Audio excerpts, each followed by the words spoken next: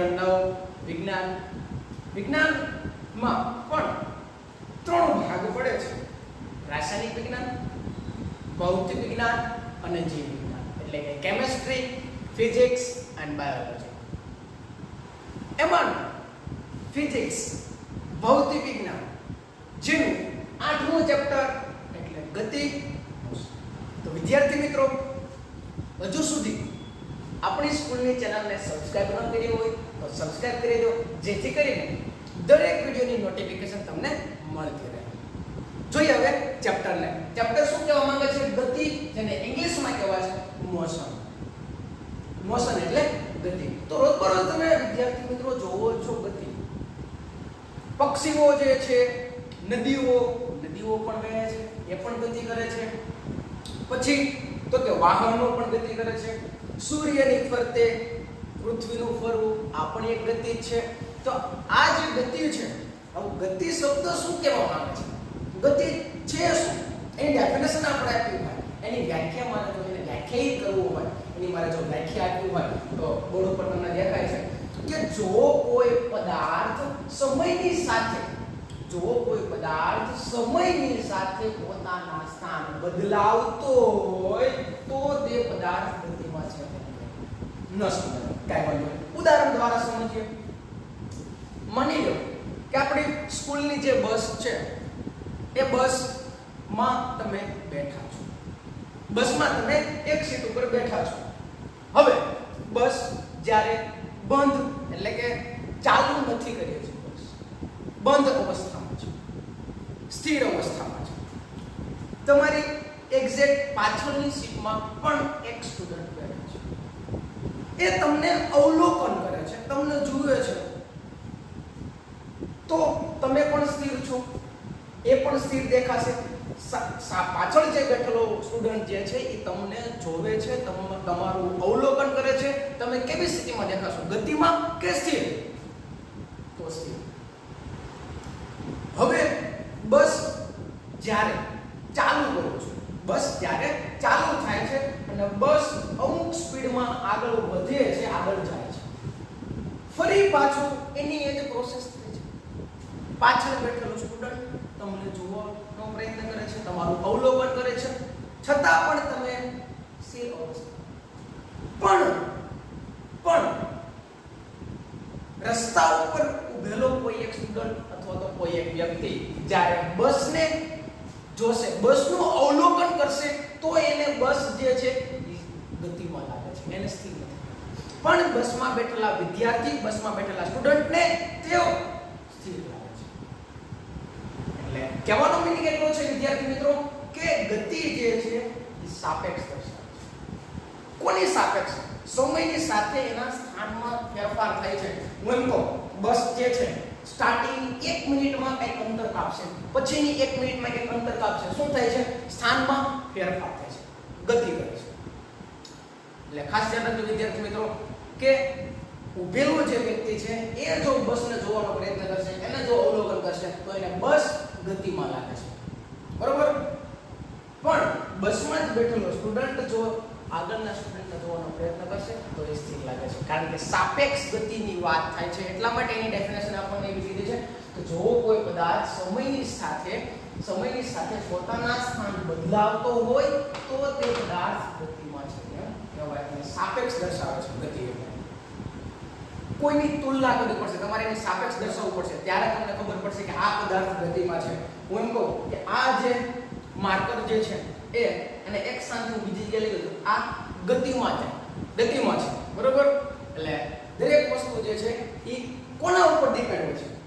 ગતિમાં છે એમ કોના ઉપર ડિપેન્ડ હોય છે? તો કે સામેના વ્યક્તિ ઉપર, એટલે કે અવલોકનકાર. અવલોકન કરે એટલે શું? તો કે જે વ્યક્તિ અવલોકન કરે છે, અવલોકન કરતા એને અવલોકન. એટલે કે જો કોઈ પદાર્થ સમયની સાથે પોતાના સ્થાન બદલાવતો હોય તો તે પદાર્થ ગતિમાં છે. જોઈએ હવે એના પછીનો પોઈન્ટ 8.1 ગતિનો.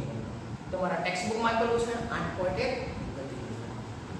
આપણે બે પોઈન્ટ ગતિમાં આવશે કે એક તો સૂર્યપથ પર ઉપર ગતિ અને એક પથ પર. ઘણા પ્રકારની ગતિ હોય છે. અમુક સીધી લાઈનમાં ગતિ કરતા હોય છે, અમુક વર્તુળાકાર ગતિ કરતા હોય છે. ચકડોળ તમે જો તો એની ગતિ કેવી હશે? વર્તુળાકાર હશે. બરાબર? કાર છે, ફોર વ્હીલર છે, ટુ વ્હીલર છે, એની ગતિ હશે કેવી હશે? સુરેખ વર્તુળ હશે. તો આ બે પોઈન્ટની આપણે અગાઉ ચર્ચા કરવાના છે કે સુરેખ પથ પર ગતિ એટલે શું અને વર્તુળાકાર ગતિ એટલે શું. પણ એની પહેલા આપણને આપેલું છે 8.1 ગતિનું વર્ણન.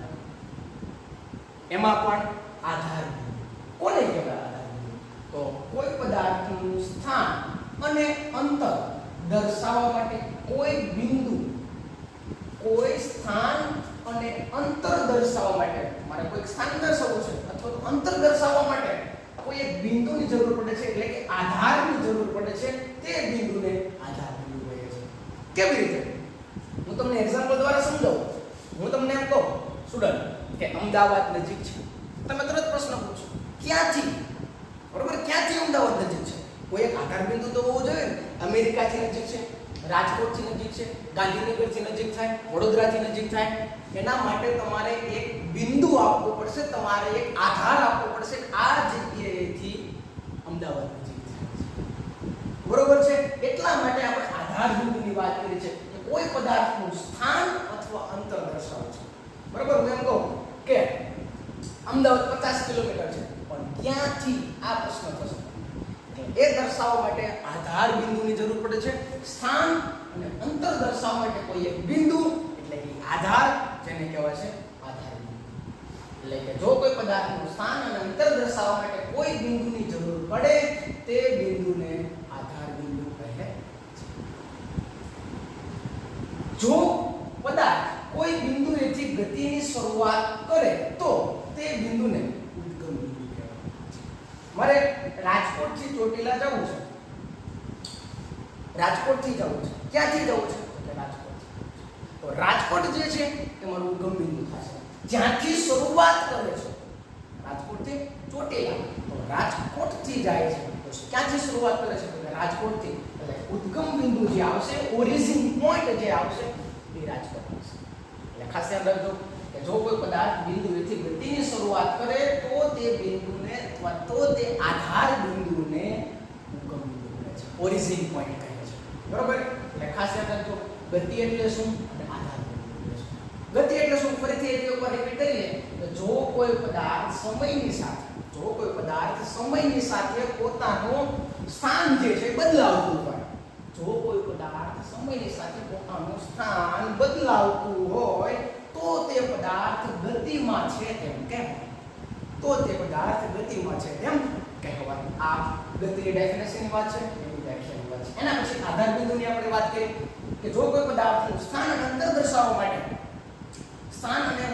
માટે કોઈ એક બિંદુ અથવા તો કોઈ એક આધાર, બરોબર, જેને શું કહેવાય છે? આધાર બિંદુ કહેવાય છે.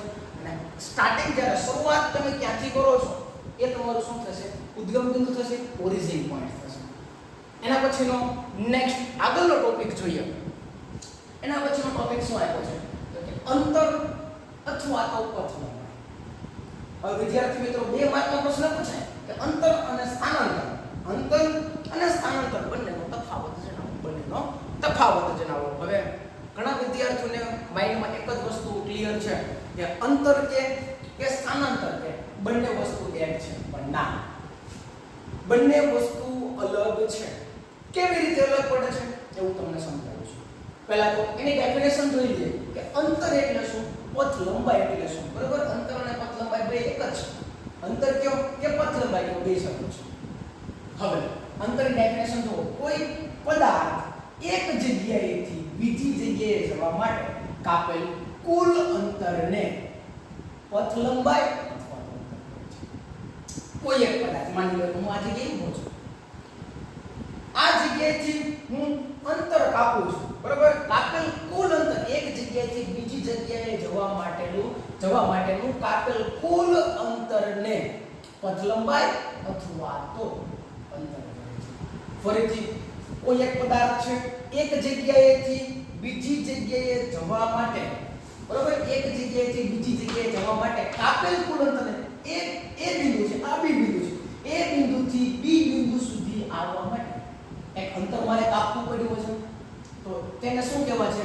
પથ લંબાઈ અથવા તો અંતર કહેવામાં આવે છે, ડિસ્ટન્સ કહેવામાં આવે છે. આ વાત હતી એ અંતરની વાત હતી, પથ લંબાઈની વાત. અંતરને શેના વડે દર્શાવાય? d વડે, ડિસ્ટન્સ. બરોબર? d વડે ડિસ્ટન્સ. અને એક તો એની ડેફિનેશન યાદ રાખવાની છે, શેના વડે દર્શાવાય અને તેનો એકમ. તેનો એકમ આવશે મીટર. હું કહું કે રાજકોટ થી ચોટીલા કેટલા કિલોમીટર? સપોઝ કે 50 કિલોમીટર છે. આપણે શું દર્શાવ્યું છે? મીટર અથવા કિલોમીટરમાં અંતર દર્શાવ્યું છે. કોઈ એમ કીધું કે રાજકોટ થી ચોટીલા જે છે 50 કિલોગ્રામ છે. 50 કિલોગ્રામ છે. 50 કિલોગ્રામ આપણે શબ્દ નથી આવતો, કારણ કે એનો એકમ શું છે? મીટરમાં દર્શાવ્યો છે. એટલા માટે એનો એસઆઈ એકમ શું આવશે? મીટર આવશે. ક્યારે આપણે એવું નથી કહેતા, બરોબર? ક્યારે એવું નથી કહેતા કે રાજકોટ થી ચોટીલા છે 50 કિલોગ્રામ છે. શું કહીએ છે? 50 કિલોમીટર છે. કિલોમીટર અથવા મીટરમાં એને દર્શાવવામાં આવશે. ખાસ યાદ રાખો કે એની ડેફિનેશન યાદ રાખવાની છે, શેના વડે દર્શાવાય અને એનો એસઆઈ એકમ. આ ત્રણ વસ્તુ ખાસ યાદ રાખજો. લાસ્ટમાં જેટલી પણ ડેફિનેશન આવે છે એ બધાનો એક ચાર્ટ બનાવજો A4 સાઈઝના પેજમાં, જેમાં લખવાનું અંતર, સ્થાનાંતર, પછી ડેફિનેશન, શેના વડે દર્શાવાય અને એકમ. આ ત્રણ વસ્તુ જો તમને ક્લિયર હશે તો કોઈ પણ પ્રશ્ન પૂછાય કે તમે લખી શકશો. ફરીથી આપણે રિપીટ કરીએ. અંતર એટલે શું? તો કે કોઈ પદાર્થ એક જગ્યાએથી બીજી જગ્યાએ જવા માટે કાપેલ અંતરને, કાપેલ કુલ અંતરને પથ લંબાઈ અથવા તો અંતર કહે છે, જેને d વડે દર્શાવે છે.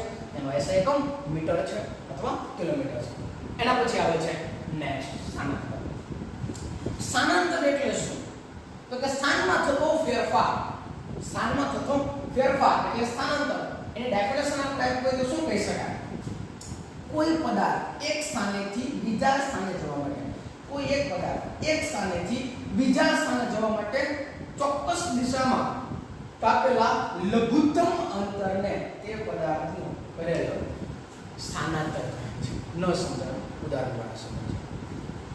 કોઈ એક પદાર્થ છે, આ જગ્યાએ માની લો કે આ એક પદાર્થ છે, આ જગ્યાએથી શું કરે છે?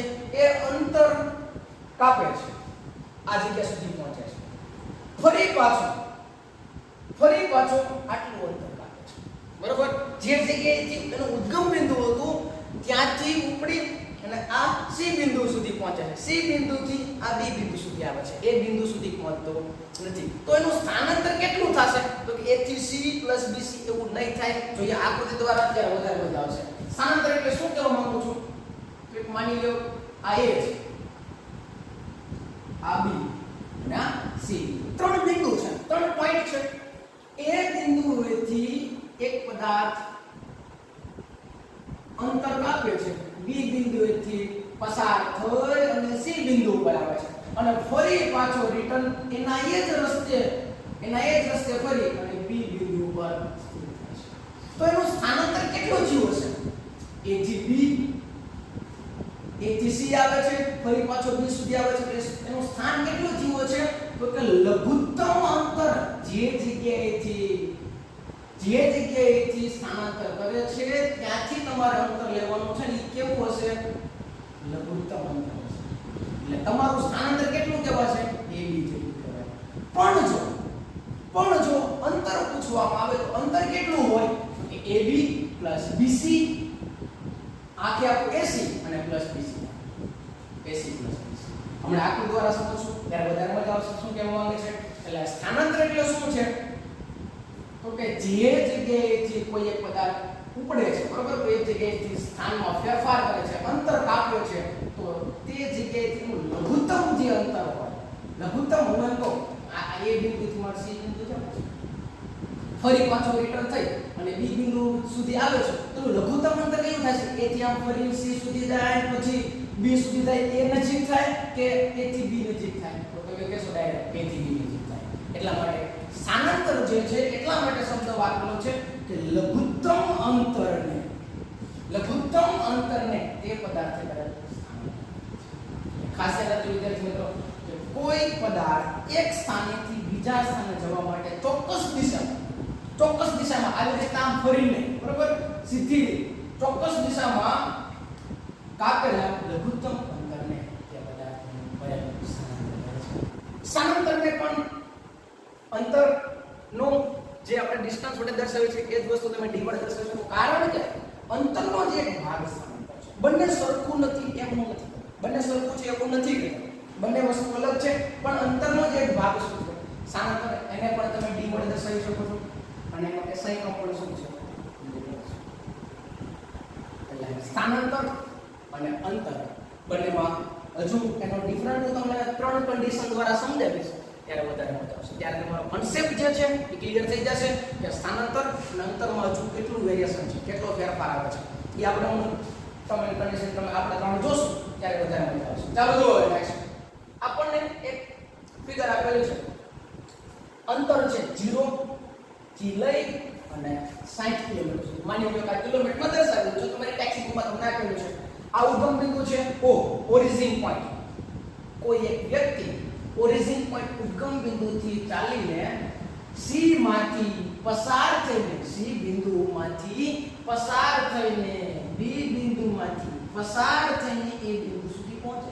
સમજો ઓરિજિન શું કહું છું કે કોઈ એક વ્યક્તિ છે એ ઉગમ બિંદુ O માંથી નીકળે છે, બરાબર? ત્યાંથી એ ચાલવાનું ચાલુ કરે છે, અંતર કાપે છે, C બિંદુમાંથી પસાર થાય છે, B બિંદુમાંથી પણ પસાર થાય છે અને A બિંદુ સુધી પહોંચે છે. એટલે હવે તમે સમજી શકો એનું અંતર કેટલું હશે તો કે O થી A સુધીનું. એટલે કેટલું અંતર? તો કે 60. અંતર કેટલું છે? 60. હું એમ પૂછું સ્થાનાંતર કેટલું હશે તો પણ તમે કહેશો 60 પણ ફરી પાછો એ વ્યક્તિ એ ઉપર સ્થિર થઈ ફરી પાછો એના એ જ રસ્તે ચાલવાનું ચાલુ કરે છે અને B બિંદુમાંથી પસાર થઈને C બિંદુ ઉપર સ્થિર થાય છે. C બિંદુ પર શું થઈ જાય છે? સ્થિર થઈ જાય છે. તો કાપેલ અંતર કેટલું હોય? C બિંદુમાં સ્થિર થાય છે તો કાપેલ અંતર કેટલું હશે? હવે જોજો અંતર અને સ્થાનાંતરનો ડિફરન્ટ હવે તમને સમજાઈ જશે 100%. ફાઇનલ કાપેલ અંતર કેટલું હશે તો કે O બિંદુમાંથી એ વ્યક્તિ ચાલવાનું ચાલુ કર્યું ત્યાંથી લઈ અને A બિંદુ સુધી આવે છે. A બિંદુ સુધી આવે છે એટલે એ કેટલું અંતર છે? OA ફરી પાછો A થી લઈ અને ત્યાં સુધી જાય છે તો કે C સુધી જાય છે એટલે પ્લસ AC. એને કેટલું અંતર કાપ્યું હોય તો કે 0 થી લઈ અને 60. 0 થી લઈ અને 60 અને A થી C સુધીનું અંતર, A થી C સુધીનું અંતર એટલે તમે તરત કહેશો સાહેબ 25 પણ 25 નો. શું કામ ન આવે એવું તમને? A થી C સુધીનું તમારે અંતર માપવું છે તો વચ્ચેનો તમે ડિસ્ટન્સ જો વચ્ચેનો ગેપ જો કેટલાનો છે? 5 કિલોમીટરનો. 5 10 15 20 25 30 અને 35. A થી C સુધીનું અંતર કેટલું હશે? 35. એટલે ટૂંકમાં કહેવાનો મીનિંગ એવો છે 60 ને 35 95 કિલોમીટર નું અંતર કાપ્યું છે. કાપેલ અંતર કેટલું હશે? 55. કારણ કે O બિંદુમાંથી નીકળે છે ત્યાંથી ઉપડે છે, A બિંદુએ સ્થિર થાય છે, C અને B બિંદુમાંથી પસાર થઈને ફરી પાછો એના એ જ રસ્તે C બિંદુ પર સ્થિર થાય છે. એટલે એનું અંતર કેટલું થયું હશે? 55. હવે જોજો હવે સ્થાનાંતર આપણે મેળવવું છે. શું મેળવવું છે? સ્થાનાંતર. હવે બંનેનો ડિફરન્સ તમે કહેશો સાહેબ હવે સમજાય. સ્થાનાંતર મેળવવું છે. સ્થાનાંતરમાં શું શબ્દ વાપર્યો છે? લઘુત્તમ અંતર. સ્થાનાંતર કેટલું કહેવાય તો કે O થી લઈ અને A સુધી પહોંચે છે, ફરી પાછો C બિંદુએ સ્થિર થાય છે, પણ એનું લઘુત્તમ ઉદ્ગમ બિંદુ હતું ત્યાંથી જે જગ્યાએ છે એનું લઘુત્તમ અંતર કેટલું થાય તો કે O થી C જેટલું. કેટલું થાય? O થી C જેટલું. આ જગ્યાએ સ્થિર છે તો તમારે જે જગ્યાએ ચાલી ફરી પાછું ત્યાં સુધી પહોંચે છે એ જગ્યા, બરોબર? જે જગ્યાએ સ્થિર થાય છે એ જગ્યા, તે બિંદુ અને ઉદ્ગમ બિંદુ છે ને લઘુત્તમ અંતર સ્થિર થવા માટે સ્થિર જે જગ્યાએ થયો છે ત્યાંનું અંતર કેટલું હશે એનું તો કે O થી C હોય. O થી C એટલે કેટલું હોય? 25 કિલોમીટર. આ સ્થાનાંતર છે અને આ એક અંતર એટલે શું અને સ્થાનાંતર એટલે શું? હું એમ કહું કે હજી એકવાર કન્સેપ્ટ ક્લિયર કરવા માટે એક ઉદાહરણ લઈ લઈએ. રાજકોટ થી જામનગર જાવ છો. રાજકોટ થી જામનગર જાવ છો. માની લો કે રાજકોટ to જામનગર 100 કિલોમીટર છે. રાજકોટથી જામનગર 100 કિલોમીટર છે. ફરી પાછા જામનગરથી સાંજના સમયે તમે પાછા રાજકોટ આવો છો. રાજકોટથી જામનગર જાઓ છો, જામનગરથી પાછા રાજકોટ આવો છો, એટલે તમારું કિલોમીટર કેટલા થઈ ગયા હશે? 200. કેટલા કિલોમીટર થઈ ગયા હશે? 200 કિલોમીટર, કારણ કે ત્યાંથી જાઓ છો અને ફરી પાછા રાજકોટ આવો છો. આ તમારું છે અંતર. પણ જો સ્થાનાંતરની વાત કરવામાં આવે, સ્થાનાંતર કેટલું હશે? રાજકોટથી તમે જાઓ છો જામનગર, જામનગરથી ફરી પાછા રાજકોટ આવો છો એટલે તમારું સ્થાનાંતર 0 થઈ ગયું. જે બિંદુએ ઉદ્ગમ બિંદુ છે ફરી પાછા તમે ઉદ્ગમ બિંદુએ જ પહોંચો છો ત્યાં તમારું સ્થાનાંતર 0 થઈ જાય છે. ત્યાં તમારું સ્થાનાંતર 0 થઈ જાય છે. આ સ્થાનાંતર છે, આ અંતર છે, આ આટલો ડિફરન્સ છે, આટલો વેરિએશન છે. એટલે હવે હું તમને ત્રણ કન્ડિશન સમજાવું. સ્થાનાંતર, બરાબર, અને અંતર. અંતર કઈક હોય, માની લો કે x અંતર છે, કોઈ એક વ્યક્તિ x અંતર કાપે છે, બરાબર, તો એનું સ્થાનાંતર 0 હોઈ શકે? 0 હોઈ શકે કે શું? એનું અંતર x કિલોમીટર છે.